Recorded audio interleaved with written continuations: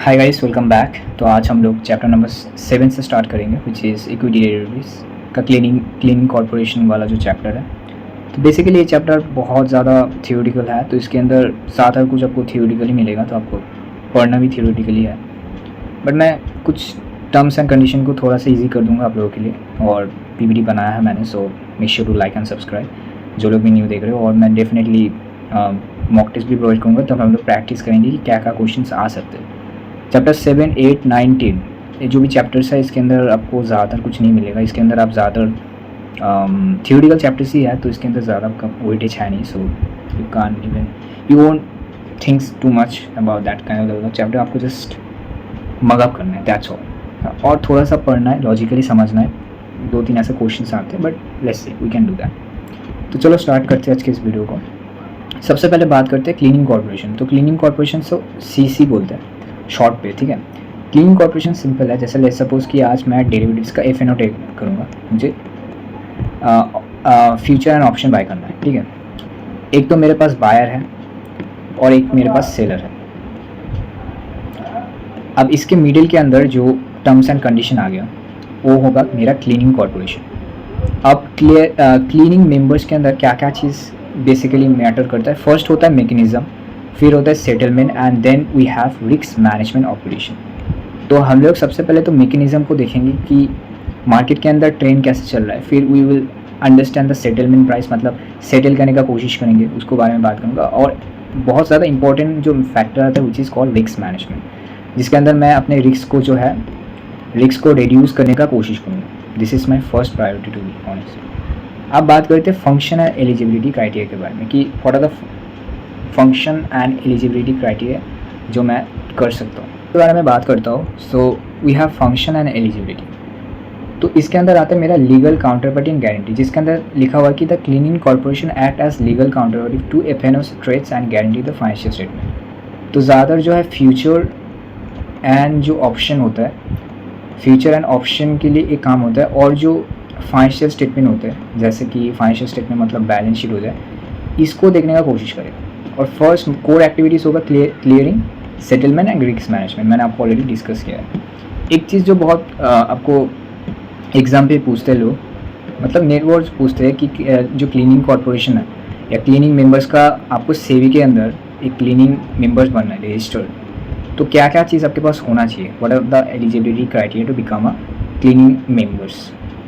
First होता है network. तो हैंडलिंग या क्लाइंट्स डील के अंदर आपके जो नॉर्म वैल्यू होगा वो 300 लाख होना चाहिए, मतलब 3 करोड़ ले लो। फिर जो नेटवर्क होना चाहिए आपके पास प्रोपर्टी डील ओनली, वो होना चाहिए 100 लाख, सो 1 करोड़ का, ठीक है। फिर बेस सिक्योरिटी डिपॉजिट आपके पास 50 लाख का डिपॉजिट अमाउंट होना चाहिए, एंड इंक्रीमेंटल डिपॉजिट अमाउंट आपके पास 10 लाख होना चाहिए। तो एक चीज़ आपको ध्यान रखना है। फिर होता है क्लीनिंग बैंक्स। क्लीनिंग बैंक्स मतलब क्या है कि जो सेटलमेंट हो रहा है ना उसका पैसों के लिए, तो आपको देखो एक सेटलमेंट का ट्रांजेक्शन होगा बैंक से, because there are no other way. तो एक बैंक से आप ट्रांजेक्शन करोगे, तो जिस बैंक से आप ट्रांजेक्शन करते हो उसको हम लोग क्लीनिंग बैंक से बोलते हैं। फिर बात करते हैं mechanism and their advantage. Mechanism पे क्या कर सकते हो, मैकेनिज्म से आप क्या करोगे कि कैलकुलेटिंग द ओपनिंग पोजीशन। आपका मैकेनिज्म का क्या फर्स्ट प्रायोरिटी होगा कि मार्केट के अंदर बायर कितना है और सेलर का ओपनिंग पोजीशन कितना है, मतलब आप बुल एंड बेयर का जो पोजीशन है उसको ढूंढने का कोशिश करोगे, that's your first priority. And then calculation open position, मतलब the cleaning mechanism process the aggregation of open of trading members and arrive at net settlement obligation. फिर होता है system objectivity, minimum system risk by reducing multifold growth stress into concentrated single daily net payment and receivable। एक चीज़ भी आपको देखने के लिए मिलता है। फिर होता है कि जो क्लीनिंग कॉर्पोरेशन है, लेट्स सपोज कि क्लीनिंग कॉर्पोरेशन है, एक करके आपको क्या एडवांटेज या बेनिफिट्स मिलता है। तो एडवांटेज क्या है कि जब आप कोई भी एक्सचेंज से ट्रेड करते हो, मतलब एक्सचेंज से ट्रेड होता है ना, तो इसका बेनिफिट्स बहुत ज़्यादा होता है। आप देखो ना, सबसे पहला होता है कि लोअर ट्रेडिंग कॉस्ट, आपको लेवरेज का एक बेनिफिट्स मिल रहा है, आप बहुत स्मॉल अमाउंट से जो है ट्रेड कर सकते हैं। फिर जो है कैपिटल एफिशिएंसी जो है आपके पास बहुत सिंपल होता है, मतलब कैपिटल एफिशिएंसी मतलब कम कैपिटल बजट से आप कर सकते हो, एंड ग्लोबली मार्जिन का कोलेटरल पोज भी आपको मिलता है। फिर सिंप्लीफाइड कॉम्प्लाइंसेस होते हैं, मतलब आज के टाइम पे इंडिया पे डीमैट अकाउंट ओपन करना it's like very very easy and flexible. एक बच्चा भी डीमैट अकाउंट को ओपन कर सकते हैं। Like it is so flexible to open a demat account. If you are 18 तो आप बहुत सिंपल तरीके से एक डीमैट अकाउंट को ओपन कर सकते हो। तो ये लिखा हुआ है कि इसका बेनिफिट्स है, ठीक है। फिर होता है settlement of mechanism and future pricing. तो सेटलमेंट मैकेनिज्म का हम बात करेंगे फ्यूचर प्राइसिंग के बारे में। बहुत इंपॉर्टेंट होता है, इसको बोला जाता है M2M शॉर्ट पे, जिसको बोलते हैं mark to market. Mark to market मतलब जो कंटिन्यूस डेली बेसिस के अंदर ट्रेड हो रहा है उसके इनिशियल जो प्राइस मूवमेंट होगा कि आज एक ट्रेड क्लोज हुआ तो नेक्स्ट डे पे वो कितने पैसों में होगा, उसका जो एक कैलकुलेशन होता है डेली बेसिस के अंदर। और वो डेली बेसिस का कैलकुलेशन से आप एक जो मार्जिन की इनिशियल मार्जिन मतलब जो डे टू डे मार्जिन आपको पे करना पड़ेगा उस कैलकुलेशन से इक्वेशन करके जो निकाला जाता है उस कैलकुलेशन के बाद जो आपको एक इनिशियल मार्जिन दिया जाता है या एक जो मार्जिन आपको डे टू डे बेस के अंदर इंट्रा डे ट्रेड करते हो तो या कोई भी नॉर्मल ट्रेड करते हो तो आपको दिया जाता है। तो चीज़ जब आप देखते हो उसको बोलते हैं mark to market. And a daily pay outs and pay are in the process of cash के अंदर दोगे। और एक होता है फाइनल सेटलमेंट, मतलब लेट्स सपोज कि 3 मंथ्स का कॉन्ट्रैक्ट है, ठीक है। एंड ऑफ द मंथ पे मतलब लेट्स सपोज कि आपने जैन पे एक कॉन्ट्रैक्ट खरीदा था 3 मंथ्स के लिए, मतलब जैन फेब मार्च। तो मार्च का लेट्स सपोज 28 पे आपका कॉन्ट्रैक्ट का एक्सपायरी आ चुका है। तो 28 के आप क्या करोगे, जो आपका मार्जिन है, जो मार्जिन का कैलकुलेशन हुआ था, इफ़ यू आर बायर कि आपको लॉस हुआ तो आपको पे करना पड़ेगा, if you are profitable so you get that level of margin. तो इसका डेली सेटलमेंट जो प्राइस स्ट्रक्चर होता है जिसको मैंने बताया आपको MTM मार्क टू मार्केट, उसका जो मैथमेटिकल प्राइसिंग मॉडल है इस फॉर्मूला से आप कर सकते हो। इसको एक बार देख लेना, एग्ज़ाम पे आ सकता है, लाइक मैं गारंटी नहीं दे सकता बट मे बी। तो क्या होता है कि इफ़ जो है इसके अंदर जो इफ़ देख पा रहे हो this is a future contract value. इसका वैल्यू आपको जब निकालना होगा तो कैसे निकालोगे, एस से निकालो। एस होता है underlying asset of spot value. जैसे लेट्स सपोज कि underlying asset of spot value है 100 रुपीज़, ठीक है। फिर होता है ई से जो है आपको डिफाइन किया जाता है कि आपका रेट कितना है। जैसे कंटिन्यूस इंटरेस्ट रेट मतलब कंपाउंड इंटरेस्ट ले लो, कंपाउंड इंटरेस्ट हो रहा है, multiply by the days of expiry. Let's suppose 3 months है तो आप कैसे कैलकुलेट करोगे कि रेट है लेट्स सपोज 2% का, मतलब मैं एक एग्जामिशन ले रहा हूँ तो इसको आप लिखोगे 0.02 मल्टीप्लाई बाई जो टाइम चल रहा है, टाइम कितना चल सकता है। लेट्स सपोज कि जो टाइम है 3 मंथ्स का कॉन्ट्रैक्ट है तो आप क्या करोगे 3/12 कर दोगे, ऐसे भी कर सकते हो। तो ऐसे करके आप जो है जो फार्मूला है उससे जो मार्जिन है उसको ओपन कर सकते हो। फिर होता है daily mark to market settlement flow. Settlement flow कैसा होता है, फर्स्ट होता है कैश सेटल डेली फ्लो। और इस पर क्या होता है कि डेली मार्केट का जो एडजस्टमेंट है उसमें आपको देखने के लिए मिलता है, जैसे कि क्रिटिकल ऑपरेशन टाइमिंग जिसके अंदर आपका पे इन एंड पे आउट होता है। एक चीज़ याद रखना कि T+1 एक चीज़ होता है जो initial mark to market margin के अंदर इंडिया पे चलता है। मतलब T+1 होता है कि आपको जो मार्जिन पे करना है, आज अपने कुछ चीज़ आपको पैसा मिला है, जैसे सपोज आपका प्रॉफिट हुआ है, ठीक है। तो T+1 मतलब आपका जो प्रॉफिट हुआ है वो अभी नहीं मिलेगा, बैंक के नेक्स्ट डे के अंदर मिलेगा, तो दिस इज़ कॉल्ड T+1। और एक मैकेनिज्म होता है। तो आपको थोड़ा सा सेटलमेंट का मतलब स्टेज दिखाता हूँ। फर्स्ट स्टेप होता है end of the position of regulation, जिसको हम लोग बोलते हैं VWAP। या मतलब it's not that relevant but क्या चीज़ आपको समझना पड़ेगा। So this is the first stage to calculate the difference against the daily settlement. Then we have step number 2 which is called margin and cash settlement guarantee, obligation net of mat of cleaning members. Then we have step 3 जिसके अंदर मैं क्या करूँगा, मैं करूँगा पे इन और पे out. This is my obligation है। सो फर्स्ट ट्रांजिट जो क्लीनिंग बैंक्स का मैंने आपको बताया था उसके अंदर मैं पे इन करूँगा या पे आउट करूँगा। आज मुझे प्रॉफिट हुआ तो मैं पे इन कर दूँगा उसको, किसी का पे आउट है मतलब लॉस हुआ है तो ही हैव टू पे, ठीक है। तो ये हो गया नॉर्मल चीज़। इसके बाद आता है फाइनल सेटलमेंट जिसके अंदर हम फिजिकल डिलीवरी के बारे में बात करेंगे। एक तो होता है एग्जीबिशन और एक्सपायरी डे, मतलब जो लास्ट डे होता है इसको आप बोलोगे एग्जीबिशन और एक्सपायरी डे। इसके अंदर 2 टाइप्स ऑफ स्टफ होता है, जैसे कि मैचिंग एंड रेजुलेशन। मैचिंग मतलब long position are systematically paid off short position of the same series, ये होना चाहिए। रेजुलेशन कैसा होना चाहिए, settle through cash payment, differential and actual physical delivery. फिर होता है फिजिकल सेटलमेंट प्रोसीजर। इसका प्रोसीजर कैसा होता है, एक तो होता है टाइमलाइन, मैंने जो आपको साइकिल बताया था टाइमलाइन का प्रोसीजर, आपको जो मैंने, तो टाइमलाइन जो ज़्यादातर होता है T+1, इस चीज़ को याद रखना। फिर डिलीवरी मैंडेट्स होते हैं और आपको कुछ मेंबर्स का बेनिफिट्स मिलता है। फिर होता है ऑप्शन सेटलमेंट का प्रीमियम एंड एक्सरसाइज।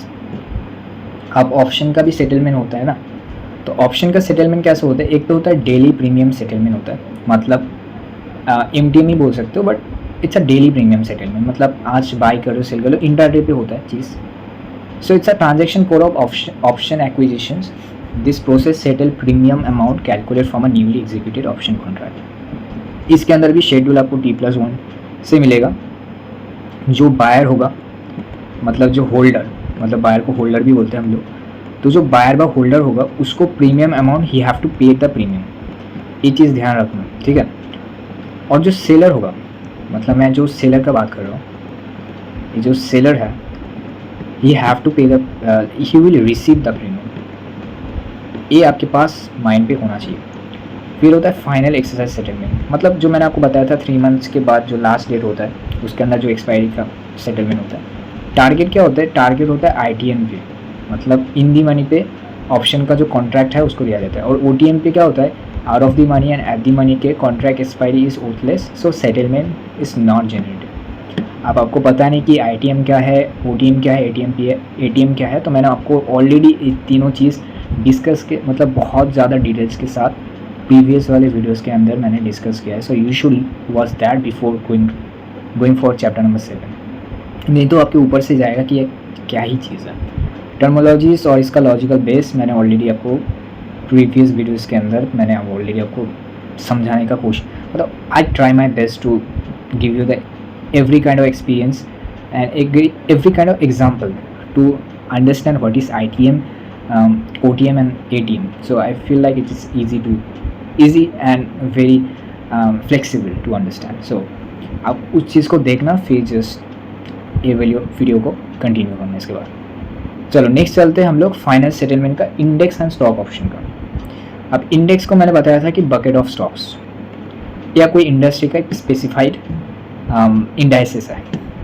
तो लेट्स सपोज कि इंडेक्स ऑप्शन के अंदर कैश सेटल करना है, कैसे करोगे, 2 ऑप्शन है, एक तो कॉल ऑप्शन है, एक पुट ऑप्शन है। तो देखो कॉल ऑप्शन के अंदर क्या चीज़ है, इसका इंट्रिंसिक वैल्यू का होगा कि जो क्लोजिंग प्राइस है उससे आप माइनस करोगे स्ट्राइक प्राइस को, तो आपका क्या मिल जाएगा, इंडेक्स का कैश सेटलमेंट। और पुट ऑप्शन पे इसका डिफरेंट होगा, strike price minus the closing price.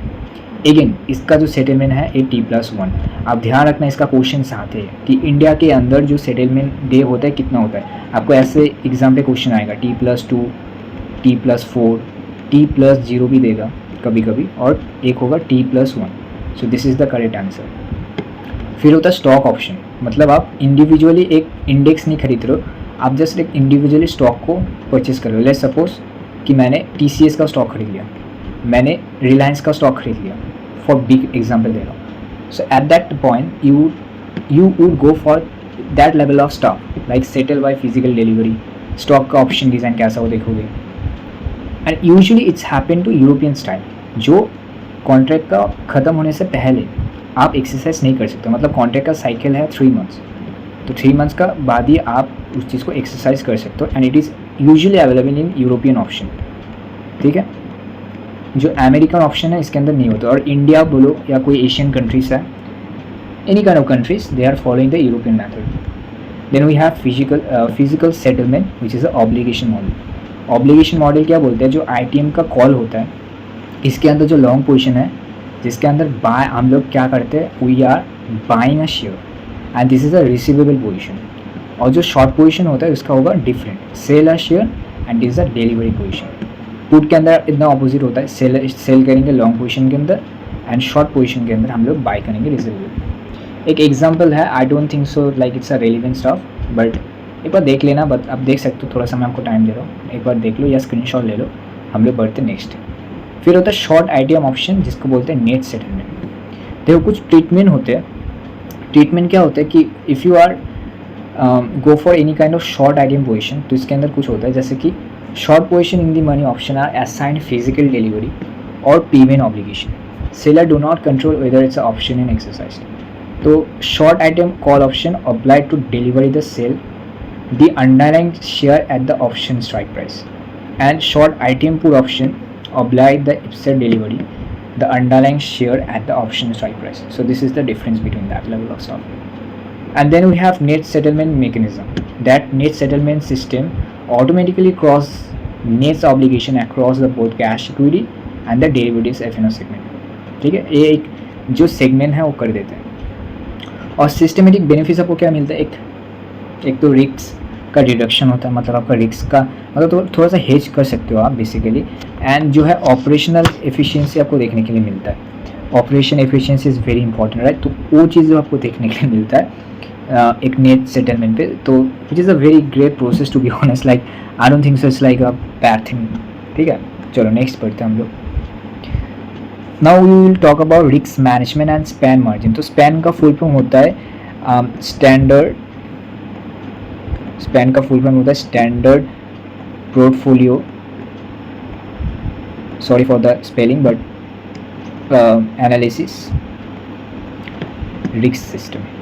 Simple है कि आपका एक पोर्टफोलियो है, ठीक है, आपका एक portfolio, let's suppose this is your portfolio value is like 100 lakh या 100, सिंपल लेते हैं. आपका जो पोर्टफोलियो का वैल्यू है it's like something called 70 lakh ले लिया मैंने. तो इसका जो रिस्क है, इसका रिस्क आपको कैसे पता चलेगा, मैंने ऑलरेडी बताया था बीटा से आप रिस्क को मेजर कर सकते हैं. अब ये जो बीटा है और जो रिस्क है, अब रिस्क को मैनेज भी तो करना है ना, तो ये जो मैनेज करना होता है ये हम लोग करते हैं स्पैन मार्जिन से या स्पैन से करते हैं. And this is called standard portfolio analysis of risk system evaluated the global portfolio risk dynamically across multiple trading system, which is called span marginal system. This is a mechanism. फिर होता है initial margin. Initial margin मतलब जब आप कोई भी contract पे open होते हो तो इनिशियल स्टेज पे for both buyer and seller that you have to pay some money for like obligations, like बाद में कभी भी किसी का लॉस हुआ सो आपको कोई टेंशन नहीं है, as like a premium stock. So you have to pay initial a little money before going for any kind of contract.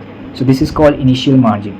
ठीक है. एक होता है कैपिटल एडिक्वेंसी, मतलब mandated the clearing members maintain a deep capital base survive to severe intraday market stress. अब market के अंदर stress आता है, so if a clearing member doesn't have that level of capital reserve तो बाद में problem हो सकता है. सो उसके लिए आपके पास एक कैपिटल एडिक्वेंसी होना चाहिए which is very important and relevant. So ये लिखा हुआ है इसके अंदर. एक होता है portfolio risk array. Portfolio risk array मतलब represent the projects gains and losses for each option and future contract position over 16 different market condition across the trading day. तो इसका एक वैल्यू आपको इसके अंदर मिलता है. Now we will talk about margin system, मतलब टाइप्स ऑफ मार्जिन ही बोल सकते हो, की रिक्वायरमेंट्स है. तो फर्स्ट है इनिशियल मार्जिन, जिसका नाम आप लोग क्या करते हैं कि अपफ्रंट पे एक कोलेट्रल के जैसा देते हैं कुछ safety purposes. And span matrix होते हैं जो मतलब स्टैंडर्ड पोर्टफोलियो मतलब एनालिटिकल पार्ट्स आपको देखने के लिए मिलता है. फिर होता है एक प्रीमियम मार्जिन जो बायर पे करता है और सेलर को रिसीव होता है. ठीक है, it's additional upfront charge applied for the specific clients level. अब कोई भी क्लाइंट है, लेट्स सपोज शी और he is a good client, special client, तो उसके लिए कवरिंग प्रीमियम आपको ऑब्लिगेशन पे देना पड़ता है for buyer of option contract, और सेलर को ये जो प्रीमियम है एज अ गेन रिसीव होता है. फिर होता है असाइनमेंट मार्जिन. असाइनमेंट मतलब require for the assign option position to cover the physical exercise settlement obligation realize on the final payment in fully settle. मतलब जो एक ऑप्शन का मार्जिन है उसका जो फिजिकल सेटलमेंट हो रहा है उस एक्सरसाइज को सेटलमेंट ऑब्लिगेशन के अंदर आपको लेके आना है. So how can you do that? So this is called the initial margin that will pay that. And then we have ICMTM dynamics which is called intraday crystallize loss. अब intraday मतलब जो 1 day का trading होता है, ठीक है, इसके अंदर आपको flexibility and leverage that you will get from that intraday trading. तो बेसिकली क्या होता है कि this represent losses calculated and living the cleaning corporation dynamic during the trading session generate होते हैं trades close out of the open position. Thoroughly आपको read करना पड़ेगा यार, मैं कुछ नहीं कर सकता, इस चैप्टर के अंदर ऐसा भी है. तो मैं जस्ट आपको एक्सप्लेन करने की कोशिश करता हूँ मैं जितना हो सके. ठीक है. फिर होता है एक्सपोजर मार्जिन. एक्सपोजर मार्जिन मतलब additional buffer calculate alongside span margins build using value at risk VaR and extreme loss percentile. तो लेट्स सपोज कि मार्केट के अंदर आप मार्जिन तो पे कर रहे हो, बट कभी कभी ऐसा लॉस होता है जिसके अंदर जो है ना बहुत बड़ा लॉस हो सकता है, and you have that idea. So what you gonna do, just take a expose margin जो आपको लॉन्ग टर्म पे हेल्प करेगा. So this is the benefits और this is the using of exposure margin. फिर होता है regulation of reporting and validation. एक तो होता है short option of minimum charge, एक होता है नेट ऑप्शन वैल्यू जिसको एनओवी बोला जाता है, एंड एक होता है अपफ्रंट रिपोर्टिंग. तो रिपोर्टिंग और रेगुलेशन मतलब रिपोर्टिंग का कुछ पार्ट होता है जो आपको करना पड़ता है. शॉर्ट ऑप्शन प्रीमियम चार्जेस जिसके अंदर आप प्रीवियसली जो मार्केट के अंदर short and deep out position है उसका एलिमिनेट करोगे, और सेबी से ज़्यादातर होता है चीज़. फिर होता है नेट ऑप्शन वैल्यू जिसके अंदर आप रिप्रेजेंट करते हो जो डिफरेंट जो लॉन्ग शॉर्ट पोजीशन चल रहा है उसका जो मार्क है उसको. And then we have upfront reporting जिसके अंदर जो clearing and trading members must collect the upfront initial extend losses margin from all kinds. तो अपफ्रंट पे जो अपफ्रंट के अंदर जो भी इनिशियली स्टेज के अंदर जो भी आपको मिल रहा है उसको आप कलेक्ट करने का कोशिश करते हो. Now let's talk about leverage. Leverage तो सबको ही पता है, इट्स लाइक अ लेडर, मतलब कम चीज़ के अंदर आप ज़्यादा कुछ गेन कर सकते हो. लेट्स सपोज कि आपने एक कंपनी ओपन की और कंपनी के लिए users paid like 50 lakh rupees और आपने 2 करोड़ का लोन ले लिया. नाउ आपका जो कैपिटल है आपने लगाया कम पैसा, but now you just raising money. So this is also a leverage पर. ठीक है, तो इसके अंदर क्या क्या चीज़ आता है, इसके अंदर आते हैं फर्स्ट ऑफ ऑल बहुत सारी चीज़. थोड़ा सा मैं आपको डिस्कस करने का कोशिश करता हूँ. First of all like peak margin आता है. Peak margin design by the SEBI of control. फिर होता है क्रॉस मार्जिन जिसको आप देखते हो. फिर होता है प्लेज. तो मैं इसको डिस्कस करने का कोशिश करता हूँ. What is peak margin? Design by SEBI to control leverage and increase trade transparency. मतलब एक डिज़ाइन मतलब सेबी का एक डिज़ाइनिंग मार्जिन है. फिर होता है क्रॉस मार्जिन, मतलब आप क्रॉस मल्टीप्लाई कर देते हो मार्जिन को. Margin effect by credits across collateral indices between the cash and segment and derivative segment optimize the capital efficiency. सब कुछ आपको थ्योरेटिकली थोड़ा सा पढ़ना है तब आपको समझ में आएगा. और प्लेज क्या होता है कि लेट्स सपोज कि आपका जो डिमेट है या आपका जो पोर्टफोलियो मैंने आपको बताया था ना, जो लेट्स सपोज कि आपका जो पोर्टफोलियो है या आपका जो क्लाइंट का जो डिमेट है, ठीक है, सेबी का स्पेशलाइज मैकेनिज्म है जो क्या करता है कि आज आपने कुछ अमाउंट जो है डिपॉजिट किया तो उसमें आपका जो सिक्योरिटी के जैसा ही काम करेगा, which is plays and replace. Replace मतलब अनलॉक करना, ठीक है, और जो प्लेज है व्हिच इज़ कॉल्ड लॉक करना, जिसको एज अ सिक्योरिटी ये काम करता है. फिर होता है पोजीशन लिमिट एंड सर्विलेंस. तो इसके अंदर बहुत सारा ऑप्शन आते हैं जैसे क्लाइंट लेवल लिमिट होता है, TMOS लिमिट होता है, TMOS स्टॉक का होता है, MWPL मतलब मार्केट वाइज पोजीशन लिमिट होता है जिसका एप्लीकेशन पोजीशन आप देख सकते हो higher of 1% of free float market cap. फिर higher of 500 cross 15 of total market cap. 20% of MWPL cap होता है 20% ऑफ स्टॉक. तो ये सब भी आपको देखने के लिए मिल जाएगा. फिर होता है MWPL सर्वेलेंस सिस्टम जो आप एक बार देख सकते हैं, but it's not that relevant.